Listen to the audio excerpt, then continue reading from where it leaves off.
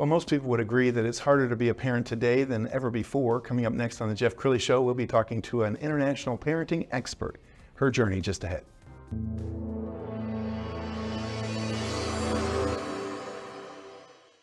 Many are predicting that the worst is yet to come, which is unfortunate, said one person here.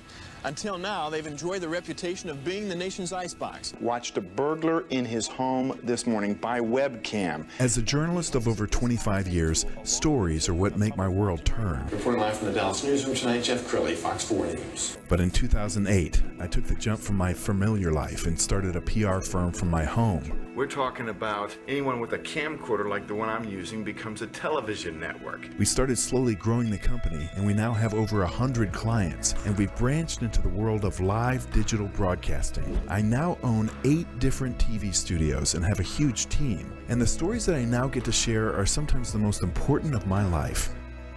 Life has a funny way of coming around full circle. This is the Jeff Crilley Show. Well, I guess being a parent has always been difficult. I was a parent of young kids in the 90s. They both turned out okay, and they both work for me now. They're both adults.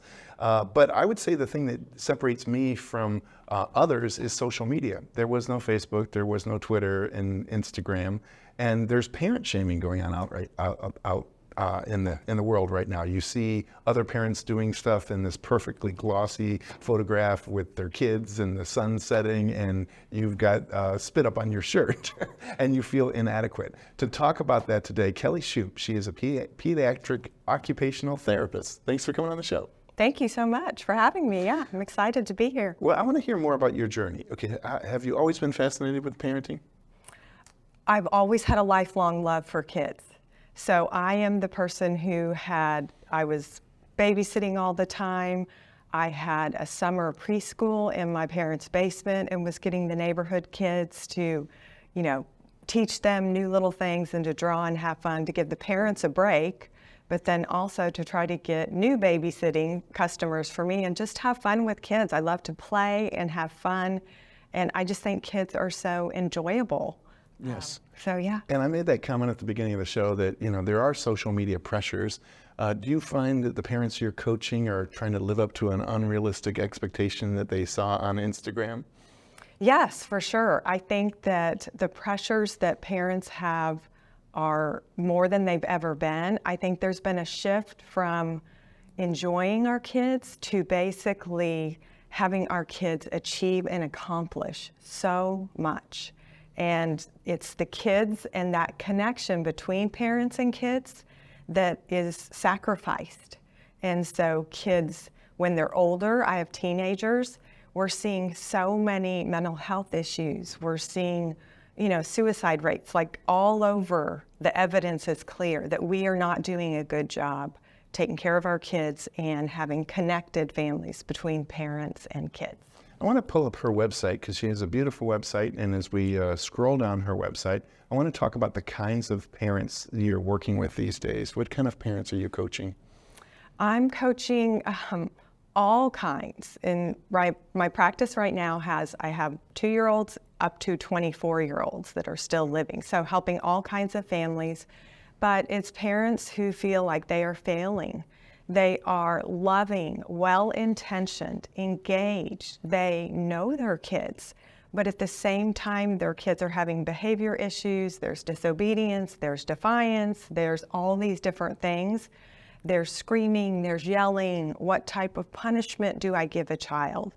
And so parents are saying help. They want help. And so I've been in this space for 25 years. I have a son who's 19, I have a 17-year-old daughter and a 14-year-old daughter. So I'm like the parents I help. I'm a parent, I've made mistakes. I'm just a little further down the road, and I also have education and training in this field. Well, what happens when you have a couple with completely different parenting philosophies? One is the disciplinarian, and the other is the candy man or candy woman.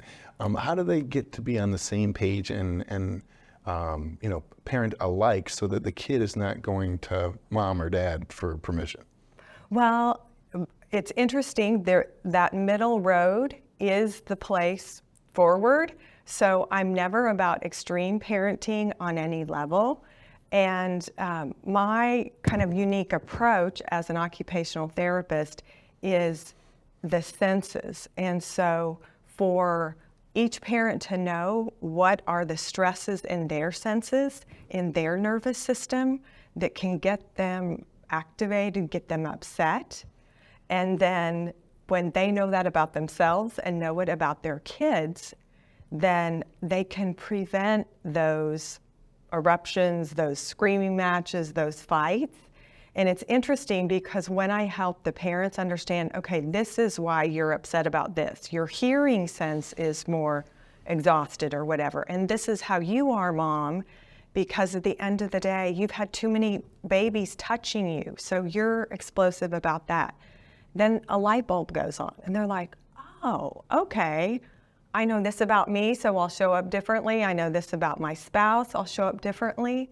And they can get connected and get on a better path together. So it isn't really the candy man and the disciplinarian. It's Right. kind of a meld of a new path forward. I love that. And you have a great Yeah. manner about you. I know you're well-degreed, but just part of it is you're something of a marriage counselor sometimes, aren't you? Yeah, again, it's understanding what stressors we all have to go through each day. The man has different stressors as his job, as a provider. Mom has different stressors at home. She's got homework and she's got the spit up on her shoulder and she's, wants to take a shower maybe. And so it's, again, helping be an objective. I'm not in the scenario, I'm outside of it. So I can speak into it in a more neutral way that usually both parents are more able to put my approaches into place. Sure. So, She yeah. also has a very popular podcast. We're going to scroll down her podcast page. Tell me more about your podcast. So it has been so much fun. I have loved just talking about all the different issues that come up for parents. It is the hardest job we do, right? Yes. And we don't understand all the things we're going to have to know until we're in it. But I help parents make sense. Again, going back to those senses, when we understand a person's senses, so sight, hearing, sound, taste, and touch, it's how every human takes in information from their environment. And then our brain takes it and processes it, and then we have a behavior or a response that comes out through our body. So with children, a lot of times, young kids, that sense system isn't very developed. So it has hiccups or glitches, and kids will, have a meltdown right when you don't want them to, right? Right at grandparents or holiday time, or there's some reason that the senses are extra sensitive. Yes. Maybe for a fourth grader, he's really socially experiencing some pressure, and that developmentally is fine. But then it adds extra pressure, and so he's more explosive in his behavior or more aggressive or withdrawn.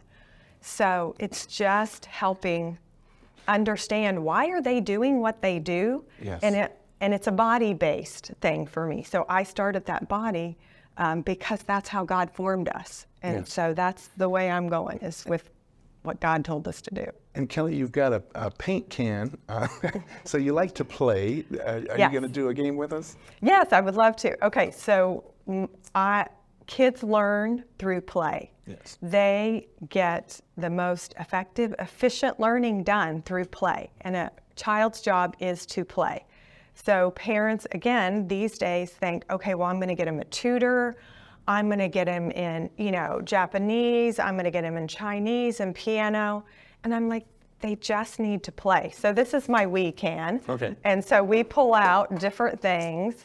And again, because I'm a body person and I want kids moving, because when they're moving, their brain and their everything is connected. So their muscles, their joints, balance, proprioception, everything's working. So this is just a fun, we can pat our heads and rub our tummies. So this is something we can try to do. It's kind of hard. So I would be really challenging a child's skills Right. to be coordinated, they're listening, And so we just take turns. And so I'm all about also regulating our nervous system and doing that in a fun way. So bumping a balloon is actually very regulating and calming, and we can work on our body parts and we're moving. I love it. We could be talking about, can you hit it with your thumb? And you don't need to spend a lot of money at Toys R Us. No, it's a balloon. Yeah, most of my remedies for parenting are free or very cost effective. We can work on counting. We could work on a color. That's a purple balloon. Yes. Yeah. I love it. I can see why you're Fun way. so good at what you do. We've got a couple minutes left, so talk to the parent out there who's struggling right now and might need to bring you into their life. What would you like to say to them? Yeah, I think for every parent who is struggling, that's normal. So normalize that parenting is difficult, and also you don't have to struggle alone. And so, you know, we all operate cars, and if a light comes on, a signal light comes on to tell us something's wrong, I take my car into the car expert. And with parenting, it's the same thing, that when your children are giving you behavior that is very defiant, disobedient, and, you know, parents, you have a gut feeling, like there's an issue here we can't get worked out, or a teacher will contact you and say, you know what, Johnny can't sit at circle time and he's kicking kids out on the playground. What do I do about that? So just like with the car thing, find an expert. There are parenting experts out there who can help you and help you fast. Like, again, I don't give any parents anything difficult. I give you a pivot, a tweak of what you're already doing. And I want it to be effective and efficient. And, you know, I don't want you to use timeout if it doesn't work. I always want you to be current in knowing your child's currency of how to motivate them to step into good behavior. And this is the one thing that I think is very different in my approach is that, and again, this goes back to God, is that I work from an abundance, intentionally good. 90% of all kids, families I help, these kids are not meaning to be bad. They are having some type of behavior because it's a response in their body. They have a need that they need help with. So a lot of times I'm just interpreting this meltdown that happened in Target. This is what this child is saying. This is what they need. And so I can explain to the parent, this is what you need to help your child with. And then the parent doesn't take it personally. They're like, oh, thank goodness, it wasn't me. I'm not a bad parent. I'm like, no, nobody's a bad parent. We're all learning and growing and changing. Wow. And yeah. You're a parent whisperer is what you are. We're going to end with, a lot of with Kelly's website. It's kellykshoup.com. The great Kelly Shoup. Thanks for coming on the show. Thank you. Very fun. You bet. That's it for now. We'll see you next time.